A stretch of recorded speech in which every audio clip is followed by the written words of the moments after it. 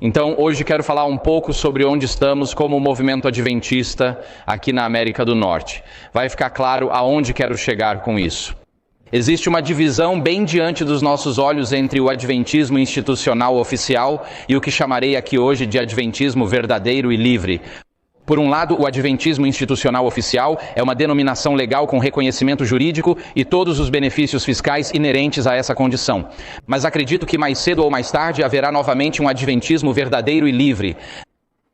Não uma denominação, mas um movimento. Pode começar como um movimento de reforma leiga dentro do adventismo hoje, pessoas que frequentam suas igrejas regulares aos sábados de manhã, mas que se reúnem nas noites de sexta-feira, nos sábados ou nas quartas-feiras para oração, estudo bíblico e comunhão. Acredito que está surgindo em nossa igreja a possibilidade de um movimento clandestino, sem reconhecimento legal, porque a divisão entre a instituição e os membros fiéis está se tornando muito rígida, muito grande.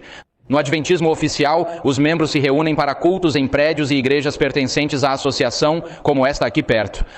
No adventismo verdadeiro e livre, adoraremos em casas particulares ou em locais públicos. E cada vez mais minhas pregações acontecem em locais públicos ou em outras igrejas. Vemos essa divisão acontecendo diante de nossos olhos. O adventismo oficial está sobrecarregado pelo amor ao dinheiro. Está sobrecarregado pela necessidade de proteger seus ativos e as receitas federais bilionárias. O adventismo verdadeiro e livre, por outro lado, é impelido pelo amor de Cristo a advertir e preparar o mundo para a segunda vinda, independentemente do custo temporal. O adventismo oficial submeteu-se legalmente aos objetivos, espírito e metas das Nações Unidas. Temos ouvido muito sobre isso recentemente. Eu os encorajo a se informar mais sobre o assunto. Mas legalmente nos submetemos ao apoio aos objetivos e metas das Nações Unidas. O Dr. Hoffman falará sobre isso esta tarde, o conceito de bem comum. Mas se pensarmos na Declaração Universal dos Direitos Humanos, um de seus artigos garante a liberdade religiosa. Dizemos, louvado seja o Senhor. Os artigos 29.2 e 29.3 dizem, com licença, vocês têm todos esses direitos, mas todos estão sujeitos ao bem comum. Isso significa que você não tem liberdade religiosa. E nós, como Conferência Geral, como Igreja Mundial, concordamos com isso. Concordamos com o conceito de que os governos deste mundo têm o direito de se sobrepor ao que o Espírito Santo nos diz. Essa é a posição oficial da Igreja Adventista. Quando você analisa as implicações do que assinamos, percebe que se trata do adventismo verdadeiro e livre. Não se submeteram aos objetivos das Nações Unidas, mas se submeteram somente à palavra de Deus, guiados pelo Espírito Santo através das convicções da consciência. O adventismo oficial acredita que o Comitê Administrativo da Conferência Geral tem a autoridade espiritual e o direito legal de negar a liberdade religiosa aos seus membros. E os verdadeiros e livres creem que ninguém pode sobrepor-se às convicções do Espírito Santo na consciência de outrem. Defendemos a liberdade de consciência e o maior mandamento. Amarás o Senhor teu Deus de todo o teu coração, de toda a tua alma e de todo o teu entendimento. A posição oficial dos adventistas, inclusive, emite declarações oficiais que refletem de perto as posições das Nações Unidas sobre questões da atualidade. Cada vez mais, se você quer saber o que pensamos sobre uma questão social, não estude a palavra de Deus como adventista. Espere a ONU publicar uma declaração de posição e alguns meses depois nós a repetiremos.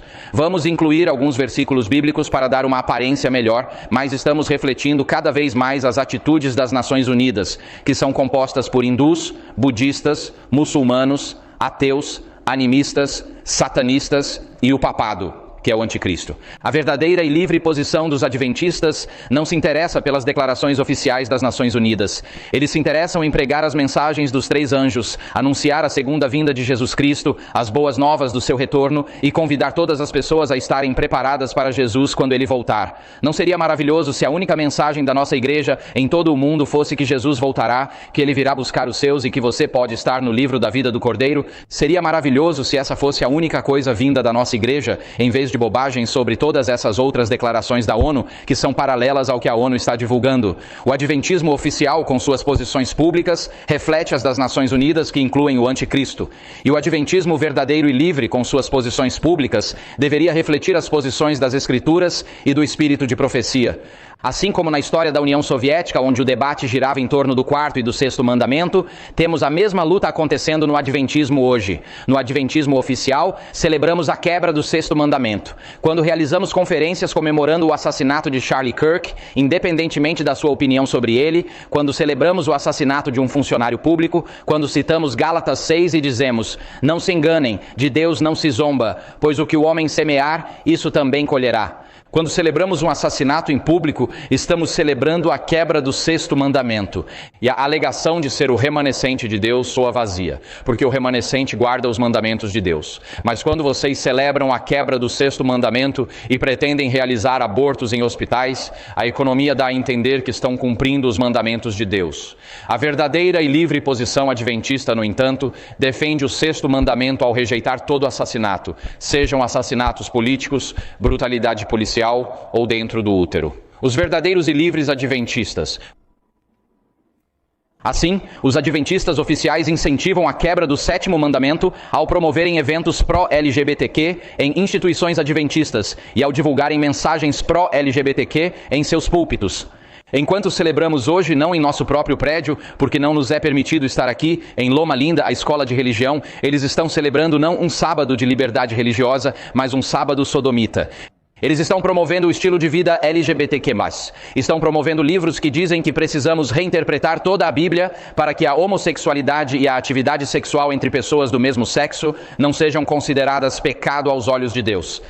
Esses pregadores não são banidos. Esses pregadores não são repreendidos pela hierarquia. Seus dízimos pagam os líderes da igreja que fazem parte do conselho do Centro Médico da Universidade de Loma Linda. É para lá que vão seus dízimos. O presidente da Conferência Geral e o vice-presidente fazem parte desses conselhos e esses eventos continuam acontecendo. Estamos celebrando abertamente e publicamente, juntamente com a nossa ala progressista do Adventismo, a quebra do sétimo mandamento. Estou tentando ser gentil aqui esta manhã, mas esta é a verdade. Os adventistas fiéis à Bíblia, verdadeiros e livres, dizem: não, nós defendemos o sétimo mandamento. Toda pessoa que nasce neste mundo é digna de salvação, mas rejeitamos a revolução sexual e a degradação moral do movimento LGBTQ+. O adventismo oficial promove a transgressão do décimo mandamento ao promover a teoria crítica ou o marxismo cultural que se baseia na inveja. O adventismo verdadeiro e livre defende o décimo mandamento ao rejeitar a teoria crítica e a ideologia marxista satanista que inundou nossa nação e grande parte de nossas instituições sectárias na América do Norte. O adventismo oficial silencia aqueles que falam a verdade. O adventismo verdadeiro e livre do século XXI busca aqueles que pregam a verdade. No adventismo oficial, ninguém tem permissão para questionar, criticar ou exigir reformas entre nossas elites administrativas. Como disseram os fariseus ao cego de nascença em João 9, você ousa nos ensinar? E o expulsaram. É quase um paralelo direto com o que está acontecendo hoje. Você se atreve a nos ensinar algo e nós o expulsaremos. O adventismo verdadeiro e livre, por outro lado, crê que Deus nos deu um testemunho direto. O testemunho direto em Mensagens Escolhidas, volume 2, consiste em repreensões e advertências. Ele deve ser dado à igreja de Laodiceia, que está perdida a menos que se arrependa de sua autossuficiência espiritual. Para que fique bem claro, as mensagens para as 7 igrejas são dadas aos anjos das 7 igrejas. Em Apocalipse 1, Cristo segura as 7 estrelas em suas mãos.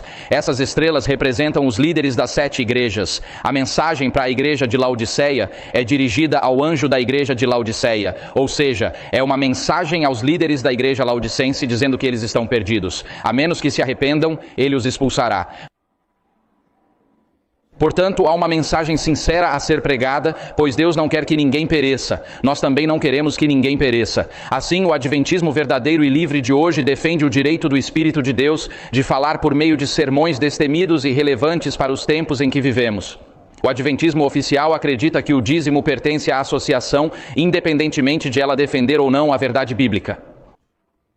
Os adventistas verdadeiros e livres creem que o dízimo pertence a Cristo, o cabeça da igreja, e deve ser devolvido aonde o Espírito Santo direcionar o ofertante. Os pregadores das conferências do adventismo oficial estão pregando sermões tímidos e inofensivos que acalmam seus santos ricos e sonolentos. O adventismo verdadeiro e livre busca pregadores da verdade presente que não temam os tempos em que vivemos, que conclamem ao arrependimento pessoal e ao recebimento da justiça de Cristo. Cristo em vós, a esperança da glória. Há uma clara divisão ocorrendo dentro da nossa igreja mundial. Acabei de expor alguns pontos sobre isso aqui hoje. Essas divisões sempre existiram na história adventista, de uma forma ou de outra. Elas ocorreram ao longo de toda a história da salvação. Havia mais de 7.000 pessoas que, segundo Elias, não se curvaram a Baal em 1 Reis 18 e 19, e a maioria das pessoas se curvou aos Baals de sua época. E há uma divisão acontecendo dentro do nosso movimento hoje, e eu preciso escolher de que lado estou, e você precisa escolher de que lado está. Ninguém deseja um novo movimento adventista verdadeiro e livre. Eu amo o nosso movimento adventista, nasci nele, mas isso pode muito bem acontecer novamente, pode muito bem ser necessário novamente. Por quê? Porque na nossa divisão norte-americana, o cenário é dominado por progressistas e defensores das instituições religiosas. E na nossa igreja na América do Norte, existem dois lados da mesma moeda. Há adventistas fiéis à Bíblia aqui, e há adventistas progressistas e defensores das instituições religiosas ali. Vivemos em planetas diferentes. Temos visões de mundo diferentes. Estamos unidos por uma estrutura financeira comum, e os progressistas agora estão usando essa estrutura como arma contra os fiéis à Bíblia. Isso não é sustentável. A fragmentação espiritual acabará por levar à fragmentação organizacional e a fragmentação financeira. Não estou promovendo isso. Estou apenas dizendo que é isso que a história nos ensina que provavelmente acontecerá. A coexistência é possível se os progressistas não instrumentalizarem a estrutura contra os pregadores fiéis às Escrituras. A situação atual é insustentável, a menos que haja arrependimento entre nossos líderes e um retorno à fé pura que nos foi transmitida. Creio que Deus chamará um novo movimento leigo dentro do adventismo para sermos fiéis ao chamado que Deus nos deu como movimento. Começamos como um movimento, evoluímos e nos tornamos uma denominação respeitada. Nos envolvemos tanto com as estruturas financeiras e legais do nosso mundo que nos tornamos indistinguíveis do resto do mundo. Mas antes da volta de Cristo, seremos novamente um movimento fiel. A única questão é como, a única questão é quando. E mais importante, você fará parte desse movimento fiel, esse movimento será fiel ao Evangelho, e eles estarão livres do controle da ONU ou do governo federal. Haverá adventistas verdadeiros e livres antes da volta de Cristo.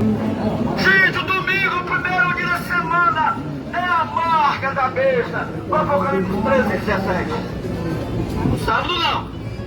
O sábado é a marca de Deus. É o sinal de Deus, seu povo.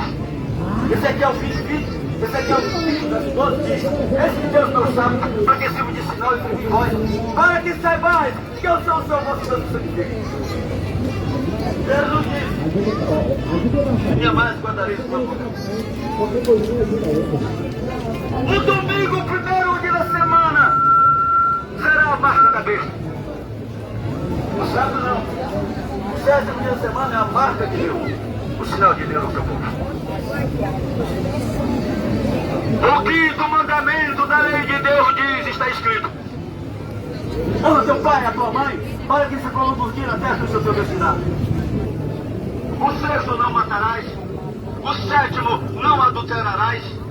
O oitavo, não furtarás. O nono, não mentirás. E o décimo, não cobiçarás a casa do teu próximo, a mulher do teu próximo, as coisas do teu próximo. Oh, minha gente, arrependei-vos e creio no Evangelho.